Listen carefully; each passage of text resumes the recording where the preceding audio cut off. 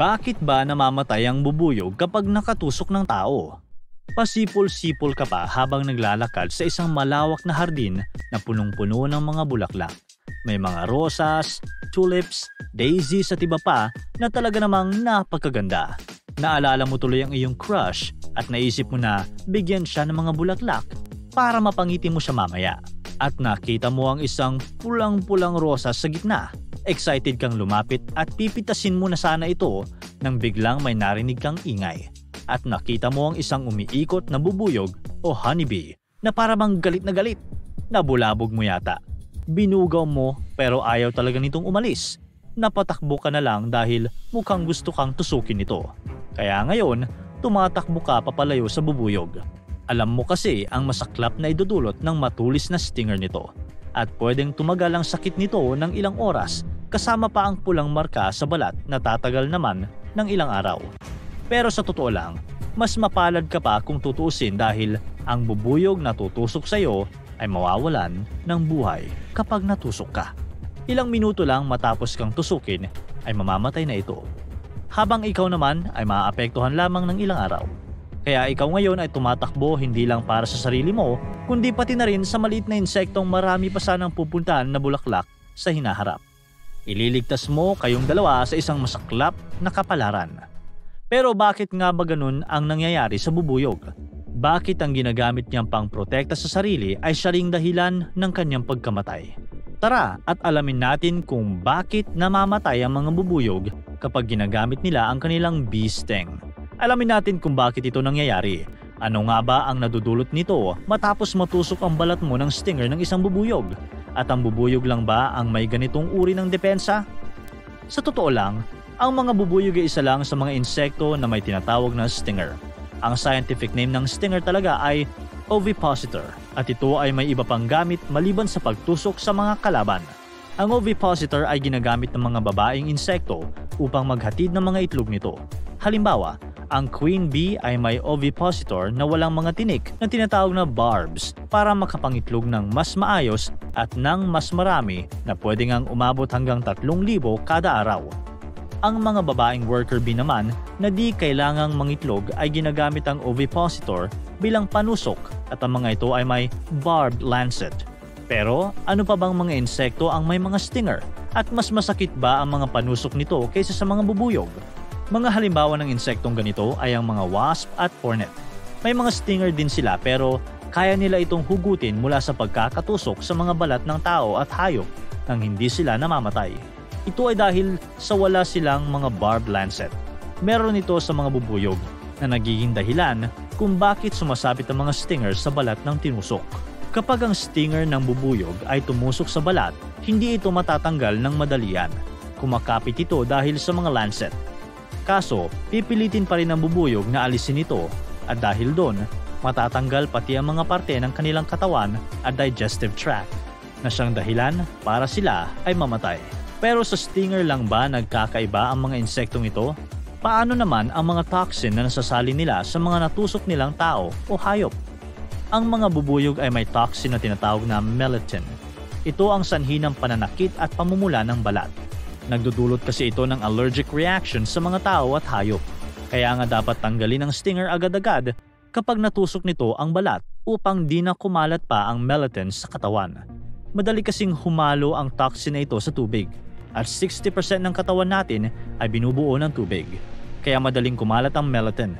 Dagdag pa rito, magkakaiba rin ang mga toxin na binibigay ng mga insektong ito sa pH level. Ang pH ay ginagamit na sukatan upang malaman kung ang isang chemical ay acidic o alkaline.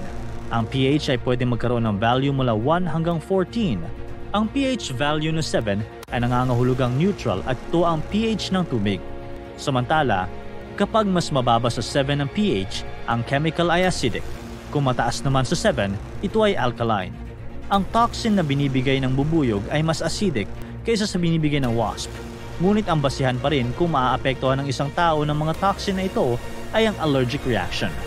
Kung walang allergic reaction ng natusok na tao, ay walang sakit o pamamagang mararanasan sa toxin ng bubuyog man o wasp. Sa kabilang banda, kapag ang hornet naman ang nakatusok sa tao, ay mas masakit dahil sa chemical na tinatawag na acetylcholine.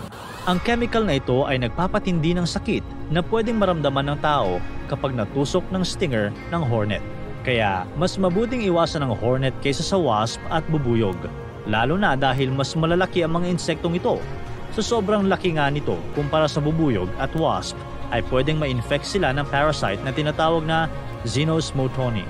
Ito ay pwedeng maging sanhi ng pagpanaw ng hornet, at kung sakaling tatanggalin ito sa katawan ng isang hornet, ito ay mukhang stinger na napakahaba. Ngayon, mas bigyang pansin natin ang mga bubuyog. Lahat ba sila ay nanunusok? At bakit? Di naman kasi laging may pagbabanta sa kanila, pero parang laging mapusok ang mga ito. Heto ang katotohanan. Ang mga bubuyog ay di naman talaga mahilig umatake ng mga tao o kaya mga hayop. Ginagawa lang nila ito kung ang pugad nila ay nilapitan ng tao na posibleng may dalang panganib. Ibig sabihin, ang paglapit pa lang ng tao sa kanila ay pwede nilang makita bilang banta sa seguridad ng kanilang sarili o pugad. Kung ang mga bubuyog ay di naman natin lalapitan o pakikialaman, ay hindi naman din tayo aatakihin ng mga ito. Pwera na lang kung hindi natin sinasadyang mahawakan o matapakan.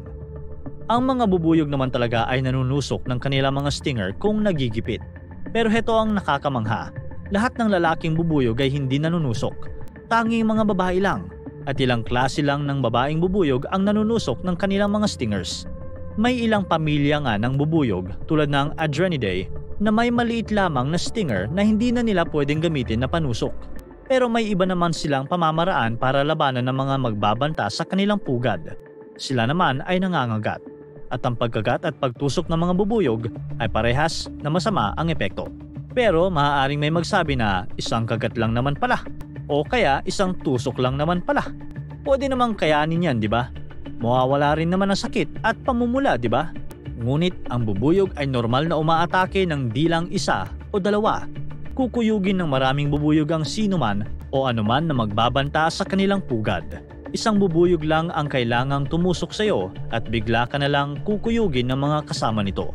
Ito ay dahil sa pheromone na kinakalat sa paligid ng nanusok na bubuyog. Ang pheromone ay chemical na nakakapagpabago sa paggalaw o kaya pag-uugali ng mga tao, hayop o kaya insekto na makakaamoy nito. Halimbawa, ang pheromone na binibigay ng bubuyog na nanusok ay kakalat sa hangin at maaamoy ng ibang bubuyog na malapit. Ang chemical na ito ay pwede nating tawaging alarm pheromone dahil sinasabi nito na may kalaban na kailangan nilang atakihin. Ang nakakamangha pa tungkol dito ay kapag mas maraming bubuyog na tumusok sa isang nagbabantang tao o hayop ay mas marami ding darating para tumulong sa pagkuyog. Napag-alaman kasi na ang pag-atake ng bubuyog ay nakasalalay sa dami ng alert pheromones. Mas maraming tumusok na bubuyog ay mas maraming alert pheromones ang kakalat. At kahit tumakbo ang kanilang target ay hahabulin pa ng mga bubuyog ito kahit na umabot sa layo na hanggang 400 meters. Saka ang hahabol na bubuyog ay pwedeng napakarami. Halimbawa, ang mga pugad ng tinatawag na killer bees or Africanized bees ay pwedeng umabot sa 800,000 na bubuyog. At kukuyog sa target ang mga ito. At dahil dito ay may mga naitalang pumanaw na tao dahil sa dami ng bubuyog na tumusok sa kanila. Ang isang tao kasi ay kaya lamang tiisin ng 10 pagtusok ng bubuyog kada 1 pound o kada 0.45 kilos ng kanilang bigat.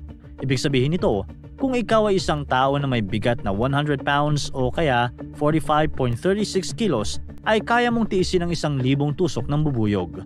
Pero kung 100,000 naman ang hahabol sa iyo at sabay-sabay na tutusok sa balat mo, ay malamang di mo kakayanin. Nakakatakot, nakakabahala, at lahat ng yan ay pwedeng magsimula sa isang bubuyog at sa kanyang stinger. Kahit di na kayang mahila ang stinger mula sa pagkatusok nito, ay nagbigay naman siya ng babala sa kanyang mga kapwa bubuyog. At sigurado na ang kanyang sakripisyo ay di na uwi sa wala. Kaya ikaw na tumatakbo pa rin para maiwasan ang bubuyog sa hardin, takbo lang! Alalahanin mo na kailangan lang ng isang tusok ng bee sting at ikaw ay maaari ng kuyugin ng libu-libong bubuyog. Konting layo pa at titigil rin naman ang bubuyog sa paghabol sa iyo. Pero siguro, mas mabuti na sa susunod ay bumili ka na lang ng bulaklak sa flower shop na malapit sa bahay mo. Siguradong walang bubuyog doon na hahabol sa iyo at sa crush mo. Para tuloy-tuloy ang saya at kwentuhan, huwag kalimutan mag-subscribe sa Bubbly YouTube channel at pindutin ang notification bell.